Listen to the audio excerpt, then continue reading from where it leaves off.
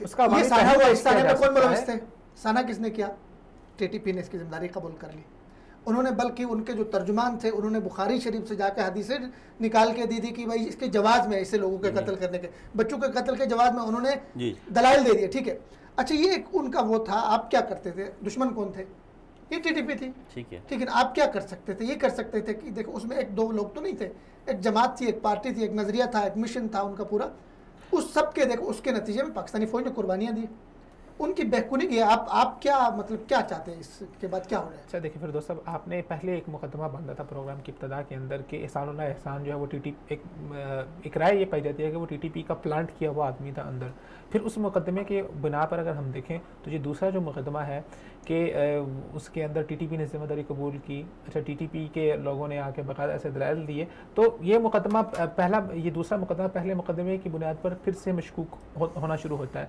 दूसरी बात यह है, क्या टीटीपी के खिलाफ कार्रवाई करना इस वाक़े के वजह से मुहताज था? ये वाक़या मुहताज था इसलिए आप एक रियासत के अंदर मौलवी जो है कल तक फतवा नहीं दे रहे थे कि रियासत के अंदर देखिए आप एक तकफीर, देखो तकफीर आपके मदारिस में तकफीर थी, आप रियासत के आपके मौलवी तकफीरी उसको फिक्र को सपोर्ट कर रहे थे। एक रियासत में किस तरह से अनासर को अलाउ कर सकते हैं, किस अलाउ कर सकते हैं? और मसला है तो आप उनके खिलाफ ऑपरेशन करें। क्या हम लोगों को हर एक मामले के लिए जवाब ढूंढना पड़ेगा? अब पीछे ये जो मामला हुआ है, इसका मामला हुआ है, ये जो तहरीक खत्म नबूवत चली है और जो भी गिरफ्तार किया हुआ है तहरीक खादिम हुसैन रिजवी साहब को, उस मामले के अंदर भी तो आप आए, आपने एक मजबूत स्टैंड लिया कि नहीं, हम जो रियासत के साथ जो टकराएगा हम उसको करेंगे। दो अलग चीजें मेरे भाई। एक तरफ आप वहां पे क्या देखो, आप एक हालत जंग में हैं, आप 17 साल से एक जंग लड़ रहे हैं और आपका एक दुश्मन है, ठीक है ना, वो आपकी फौज पे भी हमले करता है और साथ में आपकी कौम ये कहती है ये जंग हमारी नहीं है।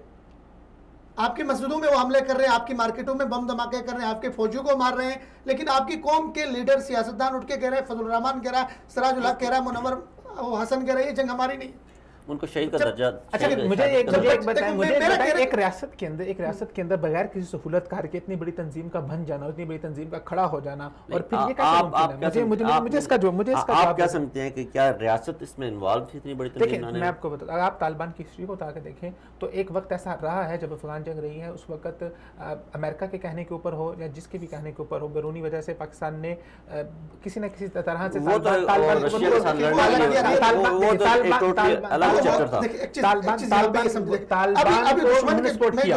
दुश्मन ने वहां ये वार की और यहाँ उसने दुश्मन ने ये वार की। अभी ये क्या कर रहा है दुश्मन, ये जहन में डाल रही है प्रोपेगेंडा कि कहीं इस एपीएस के साने में रियासत मुलविस है। यानी आप दुनिया के किसी रियासत को जो दिमाग है वो दुश्मन ने तब्दील कर दिए। ऐसे फैसले शायद भूटान या इस तरह के छोटे जो नहीं है फटीचर टाइप के ममालिक, नेपाल टाइप के, वो भी इस तरह के फैसले नहीं करते। जैसा मेरे कुछ मासूमाना से, जैसे वसीम बदावी साहब के मासूमाना से सवाल होते हैं, मेरे भी कुछ मासूमाना से सवाल है। आज तक ऐसा क्यों होता है हर वो मामला जिसके अंदर आपको मुदाखलत नजर आ रही हो, आपकी सिक्योरिटी फोर्सेस की, उनकी रिपोर्टें आम क्यों नहीं? आप कहने का क्या मकसद है?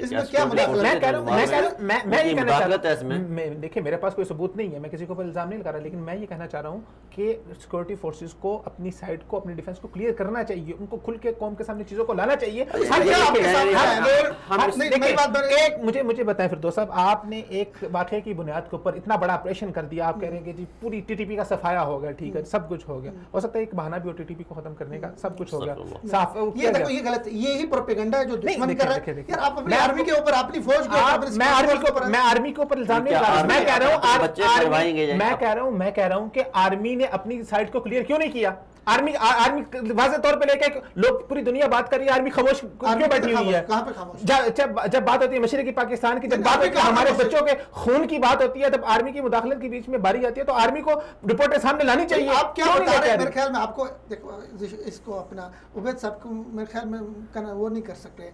आप क्या बताना चाह रहे हैं? मैं सिर्फ ये कहना चाह रहा हूं कि हर वो मामला जिसके अंदर हमारी रियासत के अंदर आर्मी की मुदाखलत आती है, वहां पर हमारी आर्मी खामोश क्यों हो जाती है? उनको अपनी साइड को क्लियर करना चाहिए। तो यहाँ पे आर्मी क्या करे? आप देखें, आप इस मसले में इस मसले में मैंने जो पहले बात की थी, आर्मी को ये करना चाहिए कि जो इसके अंदर मुलव्विस हैं लोग, ठीक है, उसके ऊपर कमीशन बनी थी, एक रिपोर्ट बनी थी, रिपोर्ट सामने आनी थी।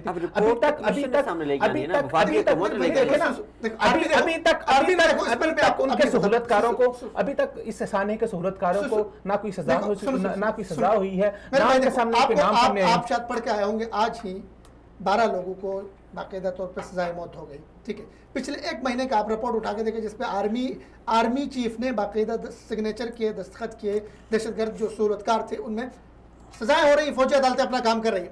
लेकिन मसला क्या, आप देखिए हसाने APS में हुआ ये कि ये हसाना हुआ, ठीक है ना, उसके बाद वहाँ पे जो लोग आए थे वो तो कोई 6 करीब तो वहीं पे मारे गए। जी जी, 6 दहशतगर्द मारे गए, उसके फोटेज निकली, उसके वो सारा कुछ जो लगे हुए थे उनकी सारी शिनाख्त हो गई। अब इसके पीछे के कौन थे, कुछ अफगानिस्तान में बैठे हुए थे, कुछ को प्लान करने वाले जो है कई और उज़्बेक थे, कुछ और थे, ठीक है ना, कुछ वजीरिस्तान में बैठे थे, उन कुछ तक वहाँ पे फौज पहुंची, ऑपरेशन हुए, मारे गए।